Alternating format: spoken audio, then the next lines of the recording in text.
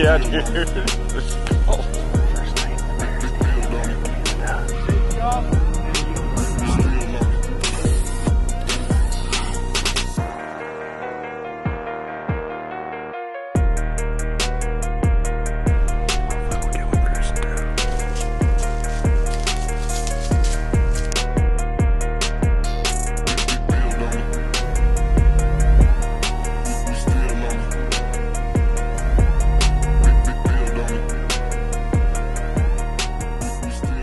All right, I'm shooting my usual, I got a 6-arrow quiver, and I'm shooting the Beast practice broadheads on here, and this is a totally new arrow setup I went with this year. But long story short, I just completely blew through this antelope target. We got up here and I had a really nice group, and I'm like, why is there only 5 arrows here? I felt like all those were super solid, and my arrow was through and buried into the ground. I mean, you had to like pick it out of the ground. And that's got the Beast practice tip and these day 6 arrows with the outsert insert, and you can tell it blew through the target because it ripped that fletching off and a bit of the wrap as well. So I feel like that's going to do all right on a real antelope. So holy smokes, can't complain about that, I guess.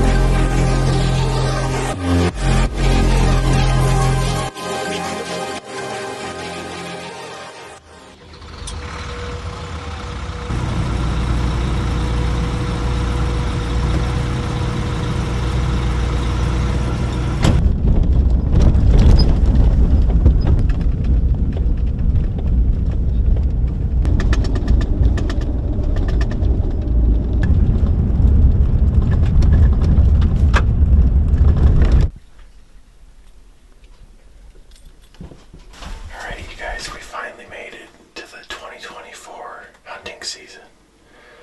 Oz and I were just talking. It's like this is the first hunt of the year. We kick it off here in western Nebraska, out antelope hunting. It's August 20th. We're in this elevated tower pine sitting over a water tank that we've hunted in the years past, and have seen a lot of antelope. We scouted around yesterday. There was a really good amount of bucks in this whole pasture here, in this whole kind of bottom, if you will, and it's I think if we stay the course and put the time in sometime over the next 2 or 3 days, I would bet they gotta come get a drink.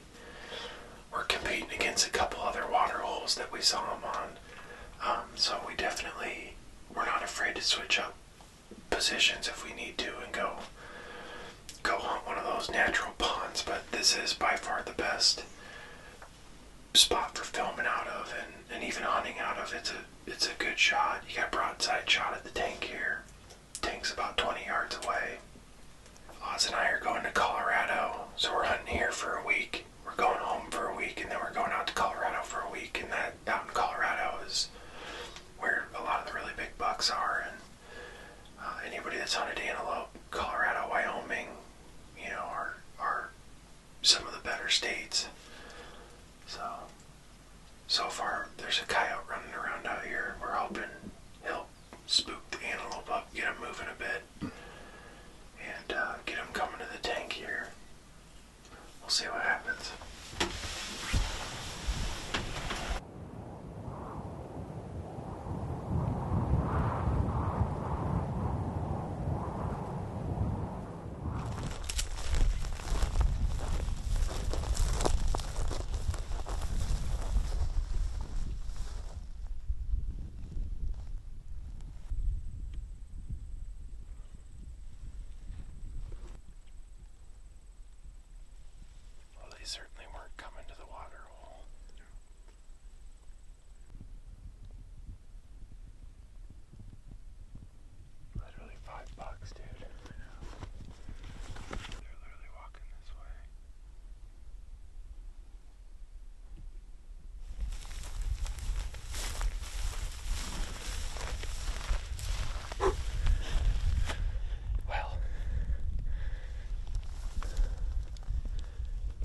there's our blind right there.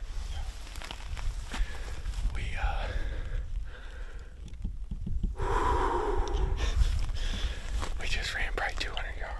More than that. Yeah. I mean, I'm from where we started sprinting. I haven't sprinted like that in a while.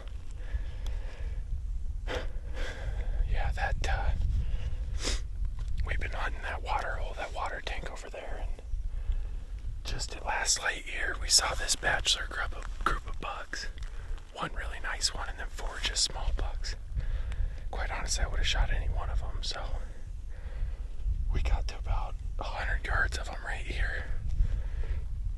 And they blew down this ridge, and I was just walking thinking they went in that cut right there. But they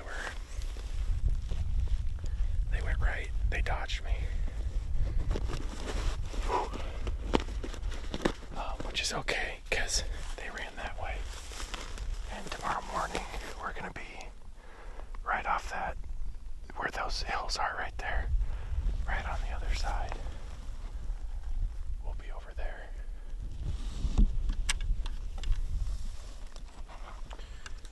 We kind of knew we were switching things up.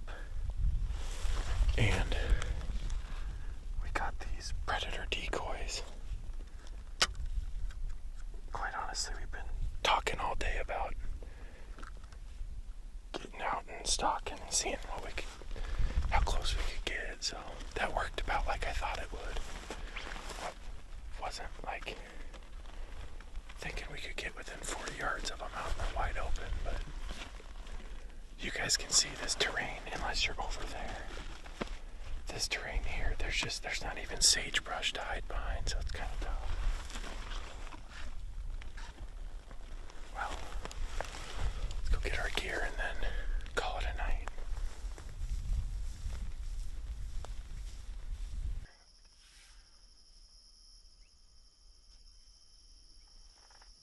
I had to put a line down here, you know.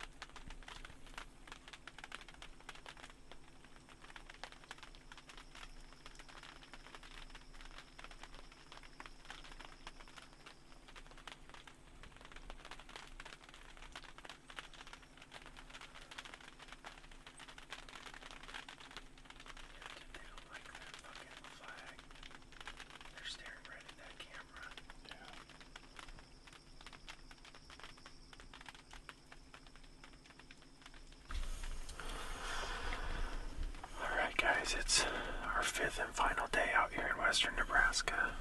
As you can see, we're in a different blind. We hunted that tower blind yesterday and had a good buck.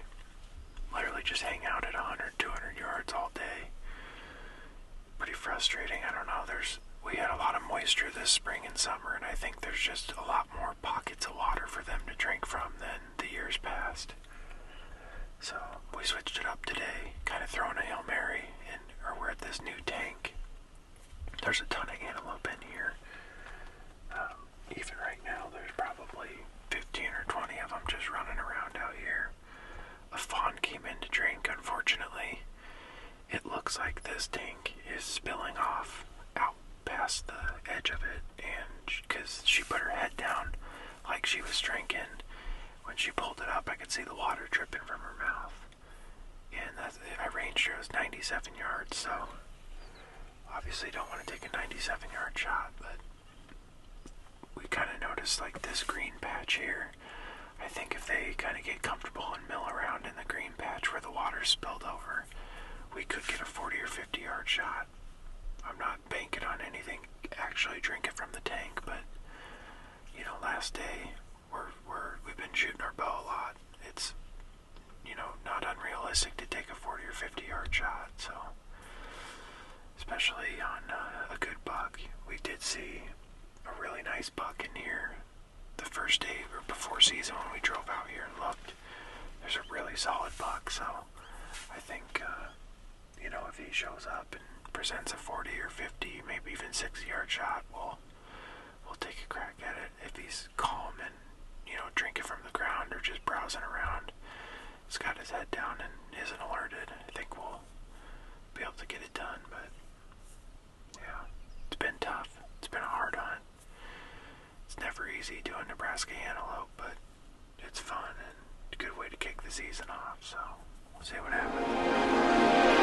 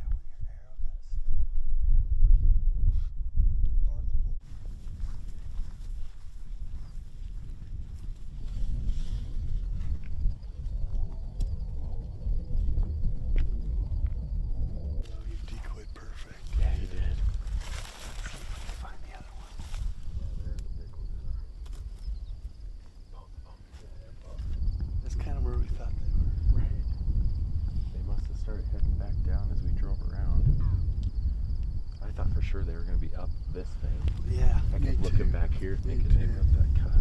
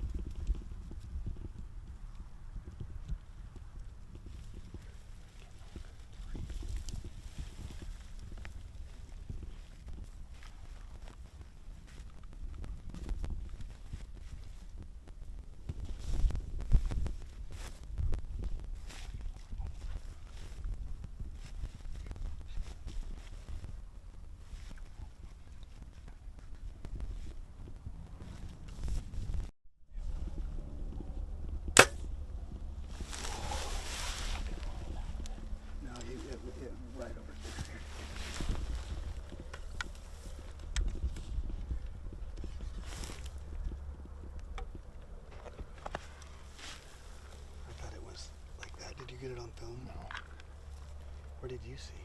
I saw him as it was coming to me. Well, the other thing is too.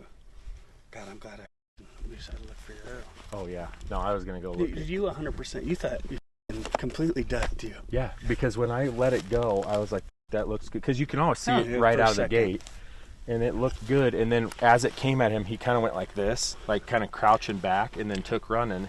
That's why I think this. I almost think this. And this is why, because I thought I saw your arrow, but I think and it went right above his lungs or something. But that's okay. Yeah.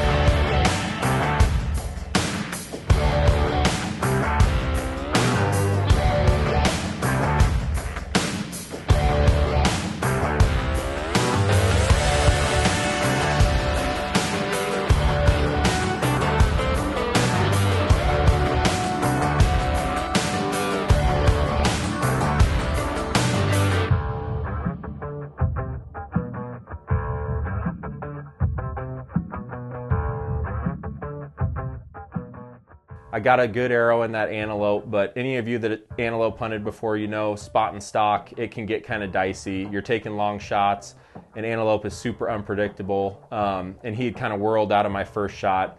We saw him bed down, so we took an approach on him to get another shot in him, and ended up bumping him out of that bed. And in the video, you can see him running off. So at that stage, Alex, our guide with Eastern Colorado Outfitters, he's like, you know what? Oz, you go up to the truck, stay on a high point, and we're going to keep after this thing so we can get, you know, another arrow in him. And, you know, that buck took off across the pasture, and we went and checked where he had first bedded, and there was huge piles of blood on the ground. So we knew it was going to be a fatal shot. We were just going to have to keep after him. And quite honestly, the best thing to do in that situation is get another arrow in him. So as Oz was getting the truck and driving down the road, Alex and I, you know, kept after that buck and ended up getting to about 54, 55 yards and got another perfect arrow in him right behind the shoulder. And he ended up running into the fence as he was expiring and expired right there. And it just made for a great hunt. It was awesome. I wish Oz could have been, you know, right on with us getting that last follow-up arrow in, but we kind of needed him to stay on the high ground to keep eyes on him just in case he got out of sight. But we were able to get another arrow in him. Got a great antelope down, ended up scoring well over Pope and Young, almost pushing Boone and Crockett, and by far my best antelope to date, and it was an awesome hunt.